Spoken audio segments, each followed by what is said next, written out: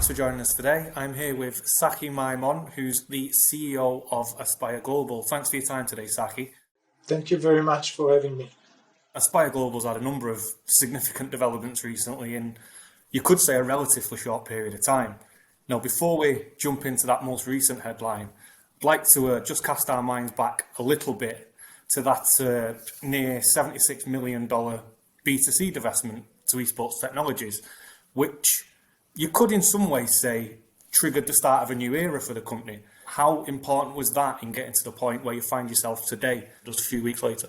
So if you're talking about the fact that Aspire received a bid 2 days ago to be acquired by NeoGames, so the effect of selling off the B2C was not part of that, because we didn't plan to be bought by anyone. So the fact that we went into a move to sell the B2C is more for us to invest more in the technology, in the product, in the entry of markets for our partners. So it was mainly to make us a little bit more focused on the service and product that we are offering. And we believe that someone else will do maybe a better job with the B2C. So this was the idea, as a long-term vision, to become a pure B2B supplier, to minimize a little bit of the risk that involved with having a B2C, but also be a part of their journey into the future. So this was the main idea, and it's not something that we thought will be a trigger for the bid that we received 2 days ago.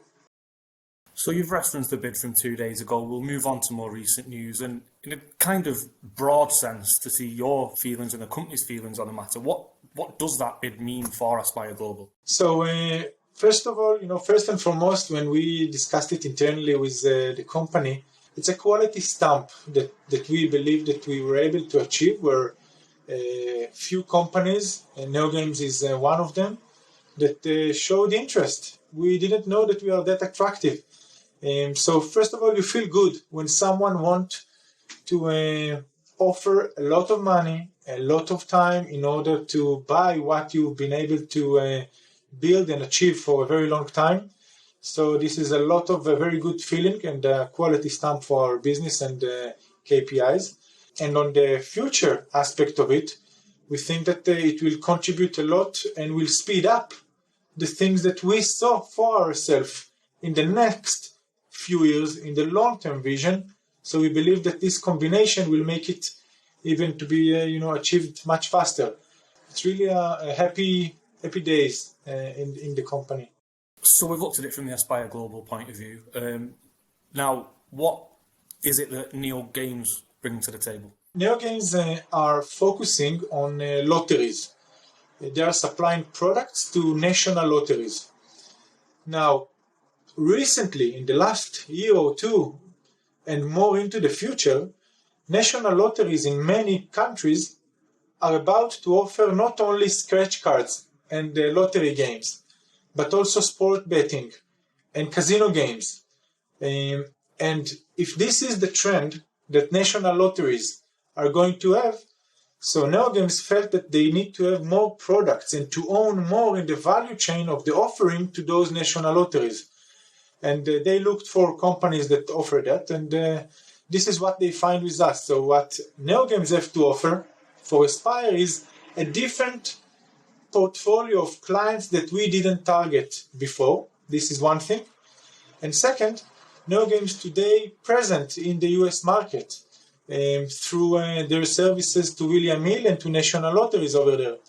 So their current presence in 14 and soon 17 states will allow Aspire Global to penetrate even faster than what we plan to do into those markets through the license that they might have. So there are a lot of things that we see opening doors to each other. So this is what NeoGames will be attractive, why NeoGames is attractive to Aspire.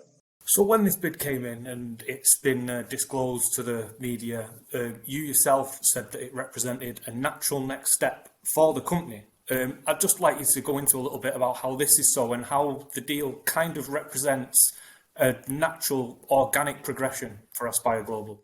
It's a very good question because when you think about it, there isn't any good time when a company is succeeding so much. There isn't any good time to be bought or potentially be bought because we were not bought yet.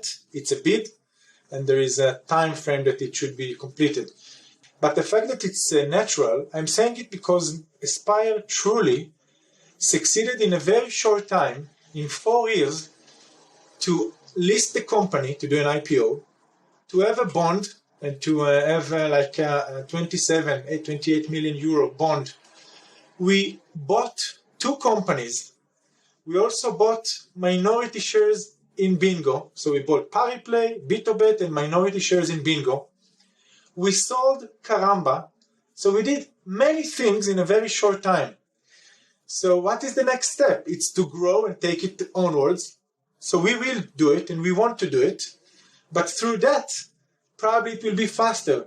So I believe that if we established ourselves as a strong B2B, it's natural that a big player like NeoGames will want to take us even faster and broader to what we're able to achieve. So this is why it's natural step because someone wants to enjoy what we were able to achieve. It's not easy.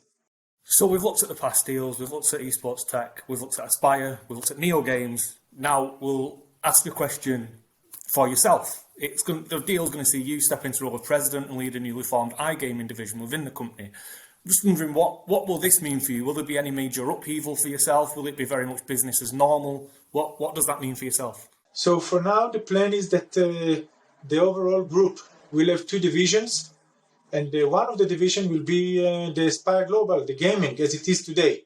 So in a nutshell, it's going to be business as usual, but with better and faster open doors for this business. But overall, we are planning to stay with the same structure that we are and the same objectives, same long-term vision, just to do it faster.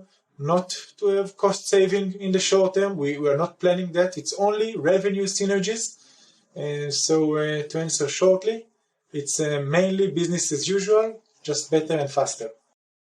So to end, and we'll look at moving forward, it was said that the enlarged group, the deal would kind of progress the enlarged group go-to-market strategy and progress kind of strategic opportunities to grow and diversify with, I believe there was the US, LATAM, and Africa all mentioned, I mean, many of which you've spoken about yourself in the past as goals for Aspire Global. Is there any particular countries within those larger continents that we can expect Aspire Global within NeoGames to target and what they present for the company? The added value of NeoGames will be mainly towards the US market, North America, and Latin America. And I believe that the Africa and Europe, this is something that we are already established.